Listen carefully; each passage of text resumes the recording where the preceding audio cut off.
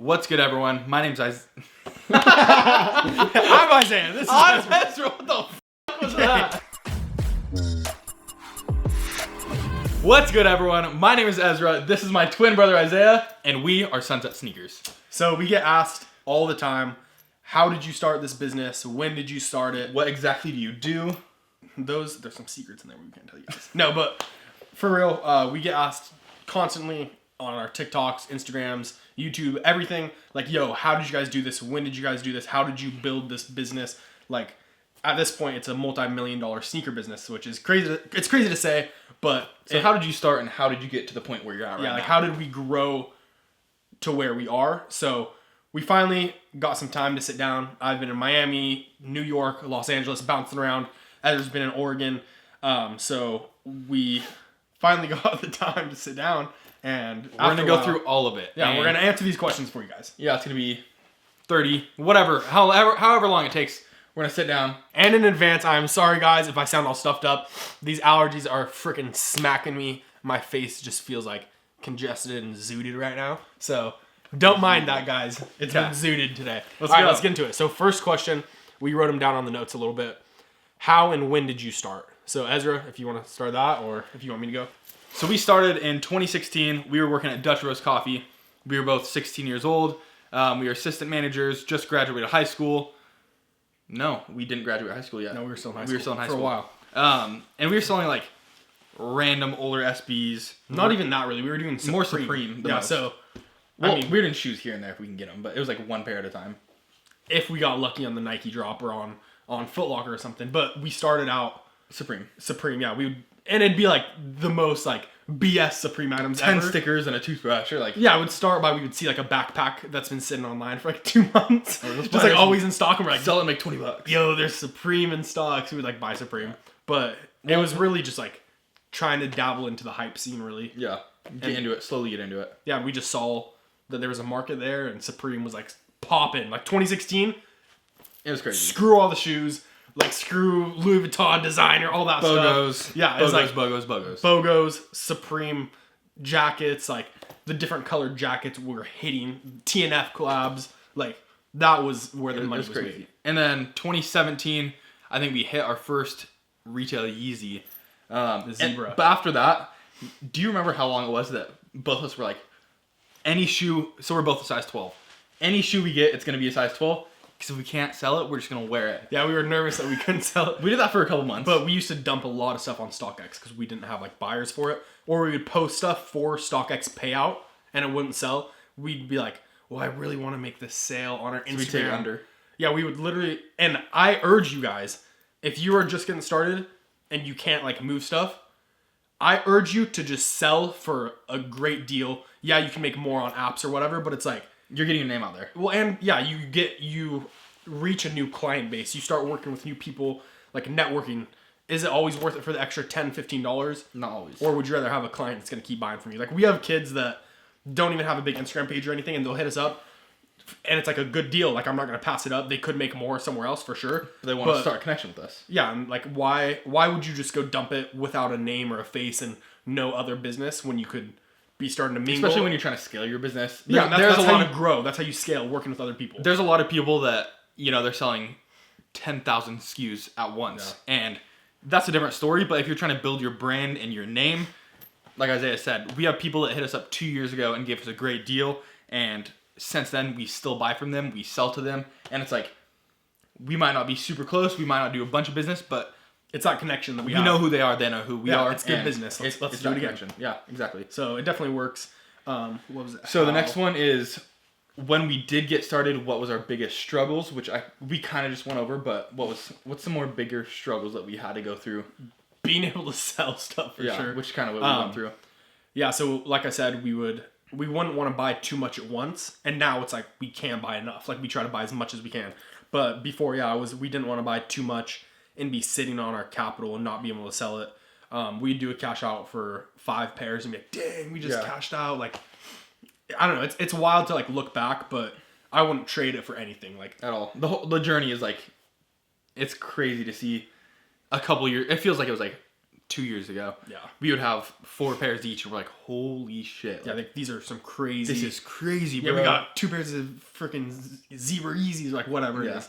But even coming up to today, like there's obviously struggles all the time. We've been scammed by stores, consignment stores. So even like coming up to today, we are constantly going through struggles. I'm sure all of you guys are too. In business, you're always taking L's. There's always struggles. Like it is what it is, but it's a part of the game. You got to charge it to the game and keep moving forward. You can't let that stop you. Like right now, between both of us, we're owed 40, 50,000. Yeah, we're probably about $30,000 from one store in consignment fees. They closed down, took money, Blocked us all on everything. Yeah, so we're owed a bunch of money from them. Probably, we're still trying to get it back, but we'll see. I mean, at this point, it's a loss. I've sent money to trusted people before that are in the community. And they block you, like... Oh, this dude... They block everyone. Yeah, this dude had a storefront, tried to sell me 2 pairs of Dior's. Like, Did $9 he move grand. to... Yeah, he moved to like a different country, Israel or something. Yeah, he's gone. $9 grand, gone. This other dude I've done tons of business with, $7 grand, gone. Like, all together, we've taken over $150,000 in losses. So Which is like nuts. Isaiah said, charge it to the game, move forward. A lot of people do get stuck up on that, and when they do, it slows down the momentum that they do have, and shit happens, but don't slow that momentum down. You slow it down, your whole business is gonna slow down. And how I look at it is losing $1 today isn't gonna stop me from making another one tomorrow. So even if it puts me 1 step behind today, like I'm gonna go 2 steps forward tomorrow, and that's how everyone's mentality. Or it might even take you an extra day to catch up, but if you keep going, you're gonna catch up, and you're gonna keep going. And your only competition is yourself. So if you can do better than you did yesterday, that's all that matters. So a lot of the struggles that we've had trying to grow has definitely been losing out on money, capital that could have been buying us new product to flip, or not being able to sell stuff in the beginning. But when you look back at it, it's like That's what built us. it's a lesson. It was a struggle then, but now it's like, okay, all of this taught us to get to where we're at now, and we still use every single one of these lessons that we had to go through today and every single day. It's never an L. Like you have to look at It's a lesson. Yeah, you have to look at it as a lesson, not it is an L. But yeah, you have to look at it as a lesson and not a loss. Even if you do lose at the time, you're gaining something more than what you just lost in the long run. It'll come back tenfold. Exactly. So the next one is, how did we grow? You want to start that, or you want me to? Yeah, I'll start that. So yeah, we actually quit at Dutch Bros. I'm going to start from here. We quit at Dutch Bros when we had probably 5,000, 6,000 followers on Instagram. Right when we graduated high school. Yeah, and I was like, all right, love the company, love working there, but I want to do my own thing. I want to work for myself. I want to focus on myself. So I'm just going to push this as hard as I can. I don't have a plan B for this.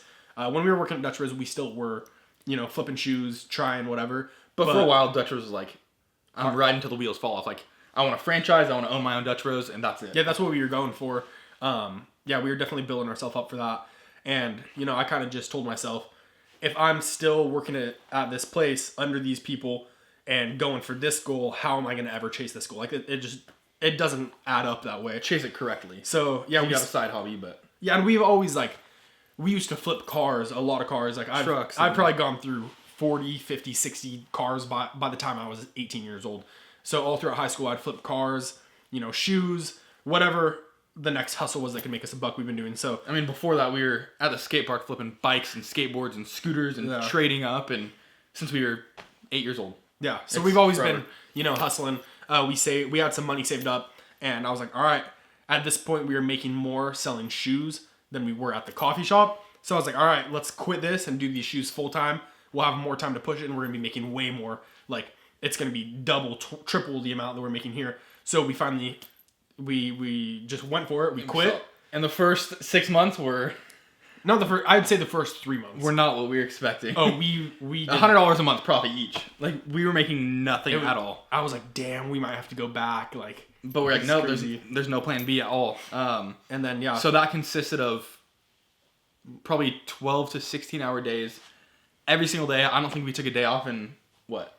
A long time. A year and a half. And it was like from 8 a.m. to 3 a.m. 9 a.m. to 3 a.m. And every single day. Looking back, I'm like, we didn't even have that much inventory. Like, What were we doing that long? But we were making TikToks. We were doing Instagram Well, no, this was posts, before TikTok was even a thing. When we quit, we were on TikTok. Well, yeah, when we quit, but I'm saying, no, when we quit, we weren't on TikTok. Yes, we were. Look it up. I promise you. You farted. Okay, we'll cut that out. So, yeah, when we quit Dutch Bros, we were on TikTok. We made our first video that night, and after that, we were, 12 to 16 hour days, 12 to 15 hour days, making videos, Instagram posts. And how TikTok started, though? We were just going back and forth, like, acting like we were doing deals with each other. No. This is how it started. It wasn't even a sneaker page at first. Well, okay, I made my own personal TikTok as, like, And jokes. it blew up. It blew up. I had, like, 300,000 followers within, like, a month. Just doing, like, the most random videos. I found a box in a bush. Yeah, What is this? like, the stupidest thing. And Follow for part 2. It would be, like, 20 million views overnight. I'm like, bro, what the heck? Then I was like, wait. If I could transfer this to my business, not transfer, but, like, build a new one for my business and get all these views, like, the amount of outreach that this video can have will, like, all these people will know who our business is. They'll come to us, and in the TikTok bio, you could tag your Instagram to it. So I was like, yo, let's do this. Let's try. Goes to your Instagram. Yeah, so I was like, Ezra, we need to make a TikTok for Sunset Sneakers. We did it. We started doing the unboxing videos. All you OGs remember exactly what our first With videos the used to cart, look like. throw it over. Yeah, push the boxes over. They all fall on the ground. And let's get into this. Then we'd flip the X-Acto blade. All right, let's dig in. We still do that because that's like our signature thing. But yeah, we dig into the boxes, and those videos really like grew changed us like the game crazy. for us. That was 2018. And then COVID Completely changed our life. Like, if we didn't do TikTok, I mean, Yeah. I'm sure we would be somewhere close, but we wouldn't be where we are right now. Like, No, not at TikTok changed the game. We were one of the first sneaker accounts on TikTok. Yeah, 100%. And then COVID hit. So once COVID hit, we were still trying to do whatever. Our goal then I think was let's make $100 a day each. $100 profit, that's crazy. That's $3,000 a month. And that's when we buckled down. And then we heard about raffles. The raffle scene was crazy. So yeah, we buckled down. We're doing TikToks 24/7, blowing up. The first month we made 100,000 followers on TikTok. Started going crazy. And I'm telling you guys, the link in the bio for TikTok is straight to your Instagram. You can put your Instagram handle. So anyone that's trying to do that, just that simple little step right there will so much traction towards your other pages. Oh, we I think grew you to do Facebook and Snapchat. Yeah, we grew to 10,000, 15,000, 20,000, 30,000, 40,000 followers. In 3 months. As TikTok was growing, our Instagram, the exact same. There was days we would gain 10,000 followers. 10,000 followers on Instagram. On TikTok, 40,000 followers. It was Yeah. crazy. So it's wild how that worked. That definitely helped grow our Instagram page a lot. And So even though a lot of these people, they're just here for the content, which is totally cool. We appreciate everybody for even liking matter our what. picture, whatever. Yeah. But the amount of customers it's brought to us as well is it's insane. Yeah. So yeah, we when we first started doing it, a lot of people were TikTok, bro, I'm not gonna why would I do a video? you're just a TikTok kid. You're doing dumb. dances. You're doing TikTok, but I was And now it's that's the main platform to promote your business online. any type of The outreach is just insane. Yeah. I mean, TikTok influencers, everyone it's blown up more than anyone ever would have thought. So what I was saying, COVID hit and we're let's try to do a raffle. So we did. Yeah, I forget how we came across it or something. Yeah, because there wasn't that many. There's a few people doing it. We saw someone do it, I think. Yeah, but there wasn't that many people out there. I know, but that were doing I think we saw someone do it and we're let's just try to do a raffle. So we did. What was our first shoot? I don't even. It was on our mystery main box or something. So it was on our main page. It was on our just Sunset Sneakers, and we jumped on a live stream. And we did a huge wheel. I think it was $10 unlimited. Yeah. And we did a mystery box. And it went up to $1,500. So there's 150 people that joined. In 10 which I was minutes. surprised. Yeah, I was oh wow. No. Okay, skip that. I'm so sorry. Before that, I posted on the Instagram story 10 spots for $100 each mystery box, and it took 2 days to fill up. Okay. So we ran that for probably a month. I was one every couple days. I would post one, $50 a slot, 10 slots, $20 a slot, 10 slots. It would be a $200 pair of shoes, whatever. And But then we were seeing slow traction. People like this. And then after a while, I was bro, our DMs are getting flooded. I don't want this account to be known for running this. You know what I mean? Yeah. So we made a different account with our buddy Jacob, Oracle. A lot of you guys probably know him. He does designer and stuff now, but we made an account with him, and it was called Sunset Aura. That was the first name, huh? Sunset Aura. Jacob has it tattooed on his wrist. Yeah, so Sunset Sneakers and Oracle, Sunset Aura, and it was strictly for raffles. Dude, we grew that page in... So, let's start from the beginning. At first, it was like, I think we did that raffle, we went on live, and it was like $1,500 in like 10 minutes, and we are like, oh my goodness. Yeah, we need like to do... $1,500 sale in 10 minutes when we were just last week trying to make $100 a day. Like, holy crap. So, we started going with that, and then like Isaiah said, you know, COVID's been there, everyone was getting their stimulus checks, and it was to the point where... And, sorry to interrupt. This is when online shopping started going crazy. Yeah, because COVID and stimulus yeah, nobody could go out and shop, so everybody was just 24/7 on their phone buying stuff online. So it was, yeah, stimulus check. Everyone in the world just got $2,000, and the PPP loans, like it was everything. crazy. So we were doing like any shoe. We would do piles, pick through our inventory, whatever it is, and it got to the point within 2 months, our sales, I think like probably 500x what we were doing at first. Like, it was insane. And then that was just bringing traction to both of our pages. So now we had Sunset Aura and Sunset Sneakers, both boom, boom, boom, boom. And yeah, it story was, sales on Sunset Sneakers, raffles, everything every was, single day. All day we'd be doing raffles. So at that point, we were like still 16 hours a day. But at that point, we were like running with our heads cut off. Like, it was going crazy. And that's when we grew like crazy. So that's when, you know, obviously more capital started flowing in. So we were able to buy more pairs. We were able to be comfortable with having back stock that we don't necessarily, like now, like 90% of my stock, I don't need to sell it, you know? Between both of us, we're probably sitting on 5,000 almost pairs of shoes. Yeah. About close to 5,000 pairs. But back then it was like, we have like 40 pairs we could sit on and we don't even care about. Like, this is crazy. Yeah, I wouldn't post 100 pieces for a month, and I'd be like chilling. Yeah, so that's when it kind of like changed the game, when we were like, this is like a real business now. Like, it's consistent orders. We're not, obviously we have to do what we can to make sales and promote ourselves, but we weren't like sitting there for 10 hours a day trying to make one sale. It was like, cool, multiple sales are coming in. Yeah. We're going to the post office every single day. Like, this is a real job. So yeah, it started to pick up and feel more like it was meant to be. Yeah.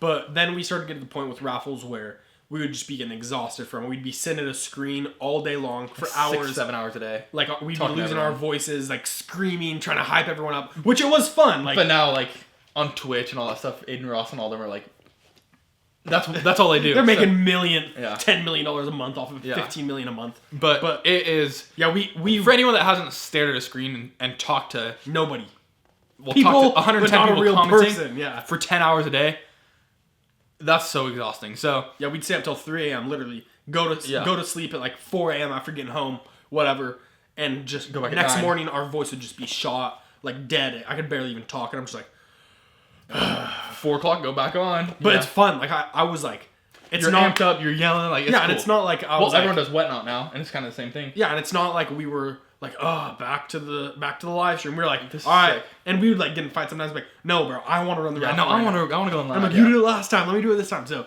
it was actually like we wanted to. It was fun. We built like a family there. It was super, super sick.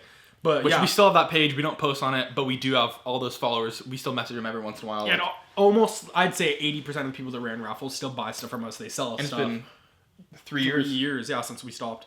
But yeah, like I said, 4 years maybe. We stopped that because we just kind of like started to get burnt out over it, and we started to be buying so much inventory and just focus on our main page more. Yeah, we're like raffling off one pair at a time was taking so long when we could do a story sale with 500 pairs and then sell 50 pairs in a day rather than sell 5 pairs in a day. Yeah, and we like Ezra said, we wanted to focus on our actual our brand rather than the side hustle that we were doing as well. But that was, I'd say, one of the biggest stepping stones.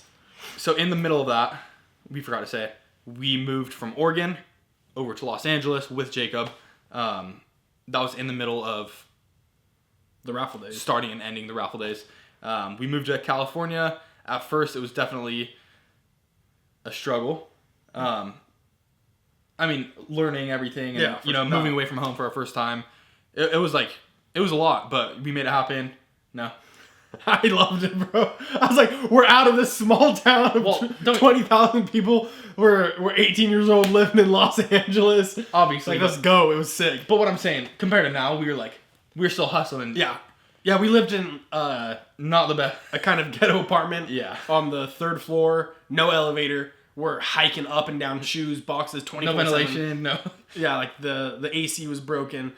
I think our rent in Los Angeles, mind you, It was $1,000 each. it was $1,000 each in LA, which The time when we moved out of LA, we were paying $5,000 each. $5,000 each. Yeah, a decent spot in LA is $5,000 a month. So we were paying $1,000 each. Like that's basically what we're paying now, and we were paying $1,000 each, and I was like, all right, $1,000 a month. $1,000 in like a nice-ish area, so that means we were in Westwood, so it was like by UCLA.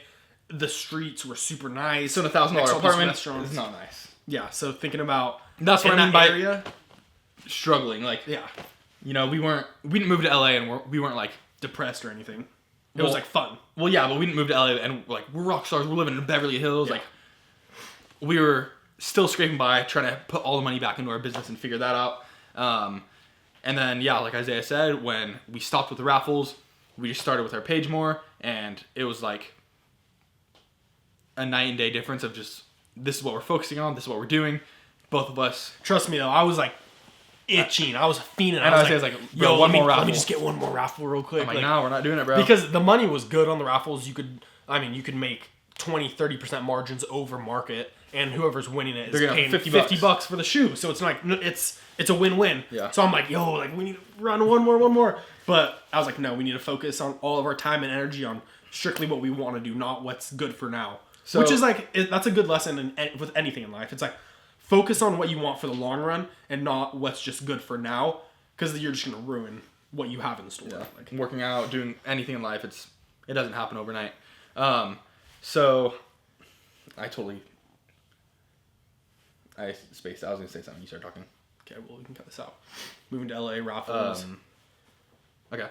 So for the people that don't know, Isaiah and I are the only two people at Sunset Sneakers. We don't have any employees. We don't have anybody to help us with taking our pictures or literally just the last couple months. We finally, Hudson. Yeah, our buddy Hudson that we've known since high school started helping us with like videography, editing, like a lot of our reels, stuff like that. But still with our pictures, with shipping, story sales, most of our TikTok content, our Instagram buying content. Inventory. Sometimes we'll like hire one of our like close buddies to come with us and help, but not to like run through anything. Like it's just to help come like with us along with the cash out, help us load everything up, stuff like that, which is a lot of help. Yeah, but realistically, there's two. Yeah, it's just we don't have any employees. Yeah, 2-man show, so it's crazy what you could do if you seriously just want it. Yeah. Literally, if you want it, you can get it done. You're your only competition, like I said. And that was our mentality the past 6, 7, 8 years, whatever, that we've been kind of hustling and trying to get going. Let's check the next question. That was a long question. Yeah, I feel like we were rambling on that one for a minute, but that was a good one. But we can cut out whatever. No, because we got moved to LA, raffles. When did we get into bulk and higher end shoes? That was after the raffles. Even with the raffles, we do like $200 a spot. 10 spots, winner gets a $2,000 shoe. But so we were introducing ourselves to sort of the higher end shoes. Yeah, like Travis Scott highs, Off-White UNC's, Travis SB, you know. So that it's a higher end shoe, but it's still more of even that, we got a general Off-White Chicago's and we're like, bro. Yeah. So, like higher end. But that's when we introduce ourselves to it. Higher end shoes, I'm talking like samples PEs, one of ones. Like, we're going to show you guys some of the stuff of what I think is like the higher end stuff that we've got. Introducing ourselves, that's when we got into it.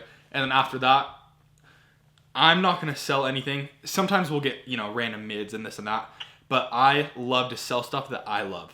So we like all the exclusive, crazy stuff. We're like, our main focus is going to go after that. So as we built our capital up, as we felt more comfortable going towards those shoes, we eventually were able to stockpile more of those and just dive right into the sought after and exclusive market of the sneakers. Of the sneaker. Yeah, like Ezra said, it's more of like a satisfying feeling getting something super rare or exclusive. And it's harder to sell. Dropping a bunch of money, like at the time dropping $2,000, $3,000, $5,000. It's a hunt. Yeah, it's like, all right, I don't know. It kind of got like my adrenaline pumping. Here we go, drop the money. Well, like what I tried, trying to find how to sell it. It's a challenge to sell it. A mid, anyone can sell a mid. you post them on Facebook Marketplace and they're going to sell. A pair of Air Mags, 2016 or 2011, you have to find the buyer. So it's more of like the hunt and the thrill for us that we're like, of getting it done and going. like, bro, I just sold a $100,000 shoe. Like, this is crazy. And then obviously the profit is nice. Like, I don't want to sit there and sell 10,000 pairs of mids and making $8 a pair. When you sell one pair and make the same amount. Yeah, or I could sit there and sell a $120,000 pair of 2016 Air Mags and make The same amount. $30,000-$40,000 on that one shoe. Like, It's crazy. obviously that's not every day.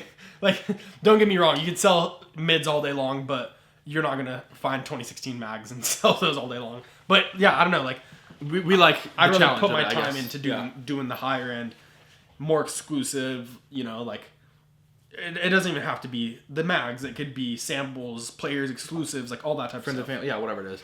And then for bulk, it kind of ties back into whenever we Got more capital. got more capital and we were able to buy bulk and feel comfortable with dropping 20, 30, 40, 50, $100,000. To this day, I still don't like to buy bulk. I know. I will if it's a good deal, but If it's a collection and it's like mixed SKUs. So I was just in New York. I did a cash out for almost 900 pairs. But they were like the most bulk in there was like a Panda Dunk and there was like 22 pairs. everything else like 3 pairs. Yeah, 2 three pairs, 2 pairs, 1 pair, and they were all different, like Dunks and Jordans and We like variety. SBs. I don't want to sit there on Instagram and try to sell 600 pairs of the same exact shoe. Exactly. So it's cool to have, like Ezra said, the variety. There's something for everyone, but not everybody wants Jordan 11 bread. And we have a bigger following that it's cool that we're able to. We have that variety and we can supply almost every single shoe that somebody would want or that they're looking for, whatever it is. I think it's like not a lot of people focus on that. Yeah, I would they say. not like. They're not able to focus on that with, sitting on 5,000 shoes and they're all. And Unless it's a store. Don't get me wrong. There's a lot of bulk sellers out there that we know that push like numbers, dude. 10 times what we push. Like, Yeah, it's of crazy. just the same shoe, and it's nuts. Like, props to you guys, all respect. And they're making 100, 200K a month. It's insane. It's stupid. Yeah, but yeah, I don't know. I just It goes back to what we said. We like to. It's more joyful to us if we get to enjoy our day rather than like. I like the culture of it. I like instead of just details of every shoe. boxing it Yeah. up out. Then you're just doing numbers every day. Yeah, And but, I like doing hustling this. I don't like doing. and I just feel like every time I buy bulk, I'm like, I'll drop like 50 to 100 grand into something, and it's crazy. It's stupid. I'll drop a bunch of money into something, and it'll be. I'm like, all right, I just paid $260 a pop for all these, and then within like 4 or 5 months, I'm just like sitting on them, whatever, check market, and I paid $260 on them. Now like they're like $290. Yeah, and I'm like, why did I just spend all this money to make $30 a pair? Like, Yeah. I could have flipped that 10x from here Exactly. in this time. Like, so I don't know. I just think bulk is definitely different, and if you do bulk, I would just say like, just quick flip, just like in out, like. Unless like what we said, if it's a bulk of like a crazy collection of different pairs, Yeah, and that kind of ties we'll in. run that all day long. That ties into our next question, which is what makes it worth it to us, which is like what we kind of already said. If it's worth it, it's worth it. Everyone already knows that. If it's like a crazy deal, everyone knows that. We also sell thousands of different styles and SKUs of shoes. A month. A month, yeah. So we know what sells better. We know what, like, if we buy it, we can't keep this in stock. Dior Jordan 1 lows and highs, I cannot keep those in stock for the life of me. I'll buy those all day long. So it's like A lot of SBs right now, gone. so Before we even post them, we'll post like, yo, just cash this out. People will screenshot, zoom in on the box, What's on the this SKU one? number. Yo, is that a size 10.5 Blue Lobster? Like, how much you want for it? Brand new, $2,500. Sold. Boom, zells me without saying anything else. I'm like, all right, there we go. yeah. So it's kind of, that's what makes it worth it. We do this every day. And that's what's cool about working for ourselves and not having anyone else is because we know what our customers like. We know what, we're not buying 10,000 hats and But- putting a hat on a website. It's cool. This is a collection. I already know 60% of my buyers love this also style. not easy though. It's not easy to know what's gonna sell. Like, you really do have to study the market deeply. Like 24/7, we're scrolling through Facebook Facebook group chats of like we're in 20 different Facebook group chats. Well, and even all to this over day, Instagram. we buy stuff that we think is going to sell. We ended And up we'll sitting sit on it for a while. or lose money on it. Yeah, or we lose money just to get rid of it. It's nobody, unless you own a store and you're only selling 2 different pairs of shoes, and they fly every day, you're not gonna always get it right and always buy the shoe that's gonna fly. Unless you're just like, all right, I'm only gonna buy. But that comes in a bulk. Lobsters. Yeah. But it's like, cool. The lobsters are gonna fly. When do they release the lobster? Once every 4 years, 5 years, like it. I don't know. You really have to study, like I said, like streetwear and fashion and know what's hot right now, because what's hot right now might die in 2 weeks. Like the Lost and Found ones, when those first released a couple months ago, dude, those were like $650, almost touching $700. They were like flying. I could not keep one. Like people were trying to prepay me to go find them a pair, and now it's like I'll post one, it might not sell, or it will. Like I don't know. It's just not. Like, what is popular now might not be. So, you really have to stay on top of the game. So, like, a big part of our job is literally just studying the market. Yeah. Which a lot of people think it's just like, oh, you buy shoes for cheap and flip them. It's like, that's not the only thing that goes into it. It's not. For example, look at foam posits. Do you remember how crazy and absurd those used to be? $1,000, $2,000 foam posits. Well, those were everything that everyone wanted. And now, like, nobody wants. Like, yeah, people want foam posits, but it's not. Yeah, like the Paranorman, like, certain foam posits will move. Yeah. Like the Galaxies, they're actually releasing those. They're dropping right now. Yeah, some of the Supreme ones. There's like a handful that people like but still hunt. But yeah, the majority of the people, they're like on the Jordan 1, the Jordan 4, and the Nike SB Wave. So this is going to tie into our next question. What is the biggest and most exclusive deal we have had? Which I feel like we do bulk and single shoe. So for bulk, it's more of the collection. Like we don't really buy like the most. That's what I'm saying. Of one SKU we'll buy is like 150, 200 pairs. Well, bulk is what I'm saying is multiple pairs. Yeah. So the biggest one I think 2 months ago, I went up to Seattle. I bought a full entire store. It was like almost 2,000 pairs, right under $400,000 cash. That was one of the ones that I was like, oh my, all right, $400,000, let's do it. Like, this is insane. Yeah. And then the most like single pair, it's hard to really pinpoint it because we get Air Mags for the single pair. Yeah, I'd say 2016 Air Mag. We got those 2 weeks ago. Last time we were in LA, some guy randomly hit me up on Instagram. And he actually won them. So he put in 2016, he put in his whole family's name on the raffle, and his dad won.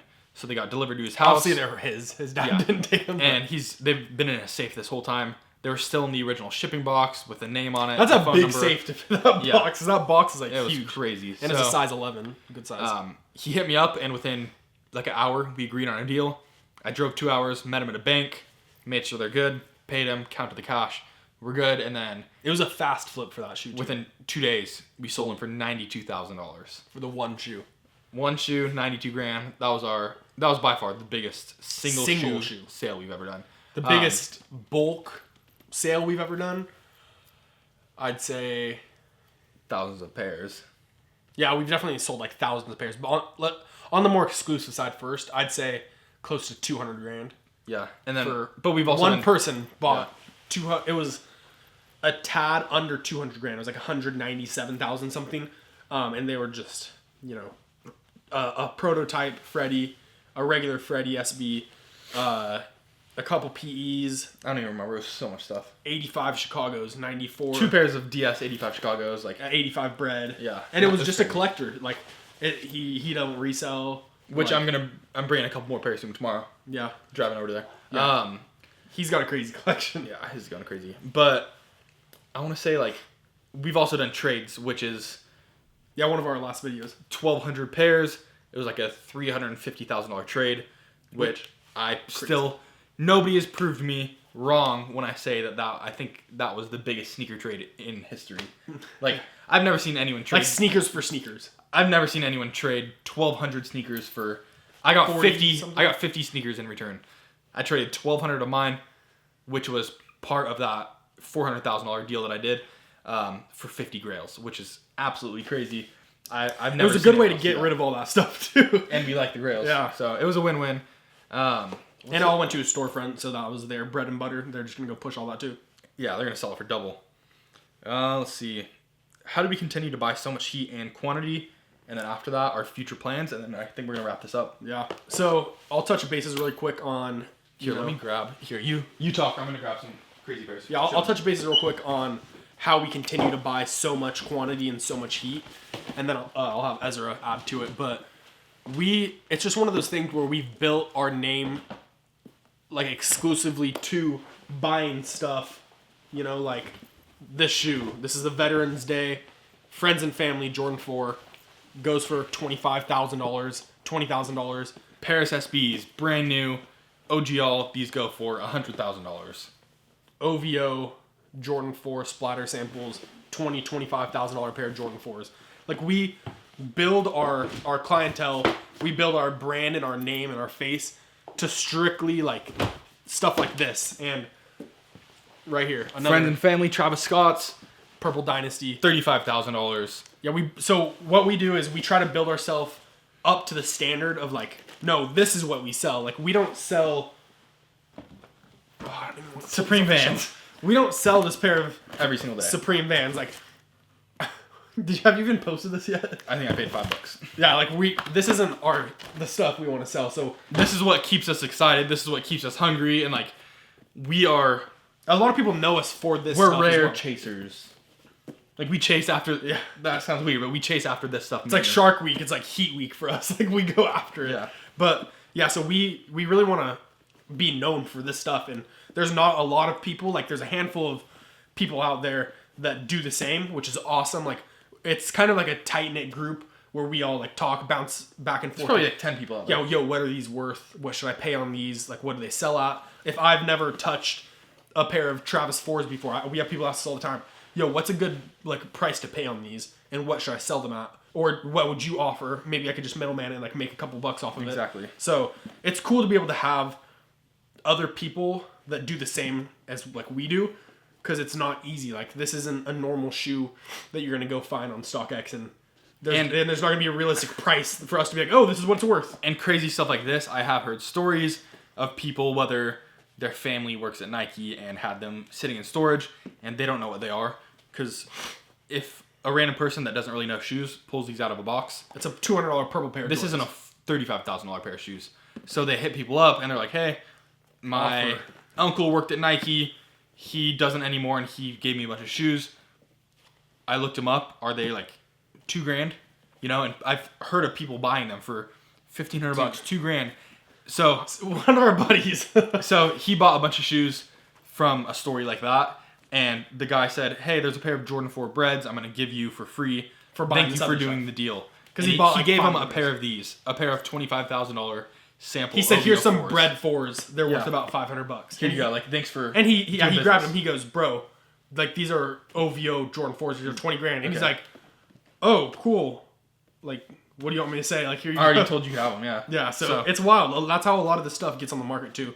Not a lot of people know exactly what every rare sneaker is. So it is cool to have and know other people that are in it as well. But then again, bounce ideas. You can. There is people that say those stories all the time, and it's hard to believe. You know, everybody can make up a story. Oh, I just got these from so and so that worked at Nike, and they wanted to empty out their locker or whatever. You know what I mean? Exactly. Like, it's not, that doesn't always happen. You can't always trust what somebody says.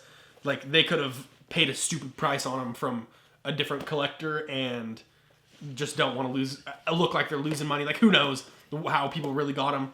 But a lot of the times, knowing who you got them from, like, can be the factor of if these are a legit pair or not, you know? Exactly. And then I guess, I mean, yeah, everyone, you guys all know, like we've said a million times, this is the stuff that we love. This is the stuff that we base our business around, and what we, you know, do everything we can to try to hunt these down, and we thrive off them, they thrive off us. Yeah, like I was touching bases on.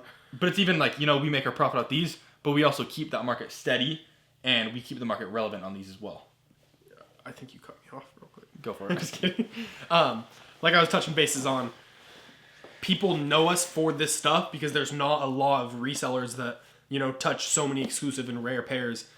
Like I said, there is a handful. It's a tight-knit group.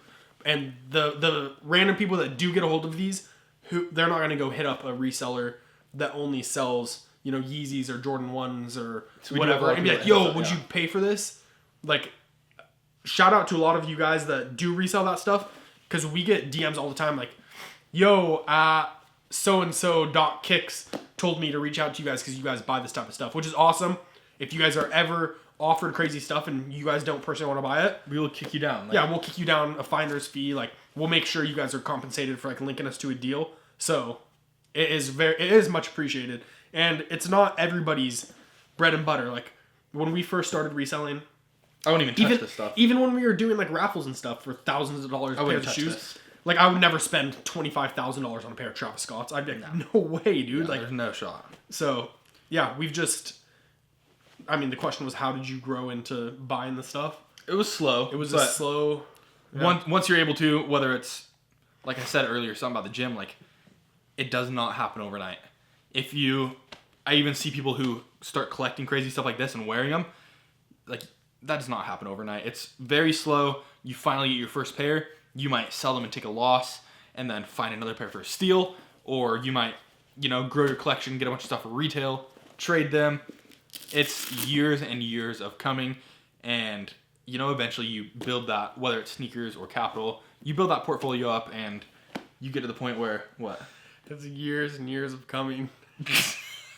So, like I was saying earlier about the whole gym thing, it's years and years of that work, and none of this happens overnight. Whether it's 10,000 pairs of the same exact shoe or the same amount of value in 10 shoes, it takes you a long time to get there. So everybody that thinks like, oh, you got lucky, or oh, you got the money handed to you, whatever it is, like, it's years of work. Yeah. And the people that do actually have it and that are, on the same hustle or whatever, like, it's a nonstop every single day. Yeah, I respect everybody who could sit there and... Whether it's a million pairs of Air Pennies or 10 pairs of Air Mags, like, I respect you guys for selling them all. Yeah, whether you sit there and sell a $50 shoe or a $100,000 shoe, like, you're flipping your money. That work goes in, yeah. Yeah, and if you're turning it around and making it work for yourself, like, respect. If it works for That's you, what everyone in the it world works. wants to be able to do. Yeah, if it works for you, it works. And it doesn't matter what we're doing. It doesn't matter what, our neighbor's doing, or this reseller over here, or this car salesman or watch dealer. Like, you're putting in the work. It's working for them. Exactly. If it works for you, it works for you. That's all that matters. So the very last question of this whole entire video is what a lot of people, like a lot of you guys ask this, what's our future plans? We've bounced back we're ideas. About to quit reselling and we're going to move to the bombers. No, I'm just kidding. We've bounced back ideas of like opening a store. We almost opened one during COVID in LA. We've bounced back ideas of Isaiah moved to the East Coast for a while. He's going to be coming back over to the West Coast soon. So whether it's, okay, should we open a store there? Should we open a store here? Should we just stay on Instagram? I think our main thing would be...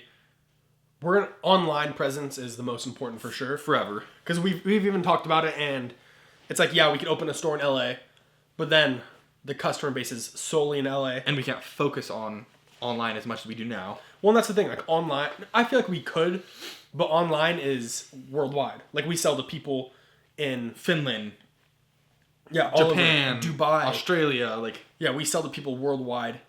A lot of like the more overseas stuff is just the higher end pairs though, like... But it's still like... Yeah, It works. I don't necessarily... Well, I just don't want to give everybody the... Yeah. I'm not going to sell a $200 pair and ship it to Australia. Yeah. It's just... If it's not a worth it. $20,000, $30,000, $40,000 pair... We'll ship it worldwide. I'll ship it worldwide. If it's, a random cheap dunk, it costs more in shipping than it does... Yeah, than the shoes worth. In anything, yeah. So... But yeah, like I was saying, online presence, we could focus on everybody everywhere, when if we just have a storefront in like... You're stuck in say one one city, yeah, it's just the... Cool people can come visit and stuff, but you're focusing it's on that solely one audience. in that area. Yeah, Exactly. So online is definitely our number one, like, it's our number one focus. Yeah. So I do want to say, shout out to our guy Matt Benson. He's has the craziest, like, what we always dreamed of having. He made it into life. It's like the showroom. It's called LA. the Showroom LA. So it's a showroom in front. In the back, he has his warehouse. He has all this stock and all this stuff like that. It's like a storefront, but it's just appointment only. Yeah. And that's what we would love to do. Yeah, we would love to do that. So we'd be in the warehouse working every day, shipping orders, whatever. And then if we have any clients, shoppers, anything come through, and we have like a private storefront, we can make all of our YouTube content. We could do... It's like the opportunity is endless when it comes to that. So I think... And at that point, it's just a warehouse exactly. with one of the rooms is a store that's locked up and appointment only. So if we don't want to have anyone come shop for a week, we don't have to. Yeah, we're busy. We want to lock up and go to SneakerCon or Got Soul or any of these sneaker events or whatever. Like we could lock up and leave. We don't have to worry about. All right, we got to leave the store. Overhead. Yeah. So I don't Security, know. Like we're always traveling. We're always on the run. We're flying everywhere doing cash. It's also outs. kind of like a blitz. Yeah, Project Blitz. Like Dre and D are killing it with that. They have their secure personal warehouse. Location. Yeah. And if people want to come shop, they can come shop. So I think our end goal, I mean, you never know what the future brings us, but who knows? We might open 4 or 5 stores. But I think in the next year or so, it'll be a showroom. Like a showroom type vibe like that would be sick. And I think that's having that with us together. Because like you guys know, Isaiah's on the East Coast. I'm over on the West Coast. Bringing how far we've grown the brand into one room and one warehouse would just kind of like be that next explode step. with creativity and just be that next step of what the future holds for us. Yeah. So thank you guys. We cannot thank any of you guys enough for any of the support, whether it's a follow, a like, a comment, a purchase, buying, suggestions, $100 Dunks or $100,000 pair of Air Mags. Like truly from the bottom of both of our hearts, we cannot thank you guys. We work day in and day out to be able to make this happen for you guys. Blood, sweat, and tears. Yeah, literally making content, flipping the razor blade, cutting my freaking finger. Blood is in this business. Like Isaiah, Hudson, all them joke to me about like whenever I drive to LA, it's like a 12-hour drive. I leave here like 7 p.m. and I just drive through the night. So well, that's ridiculous. Like, bro, hop on an hour flight. Well, going there, buying a bunch of pairs, driving back. Regardless, it's countless hours. It's countless, no sleep and throwing every last penny that we have into this business. And yeah, if it wasn't for what we do and what you guys do, then none of this would be possible. And like I said, we appreciate you all. Do you want to add anything onto that?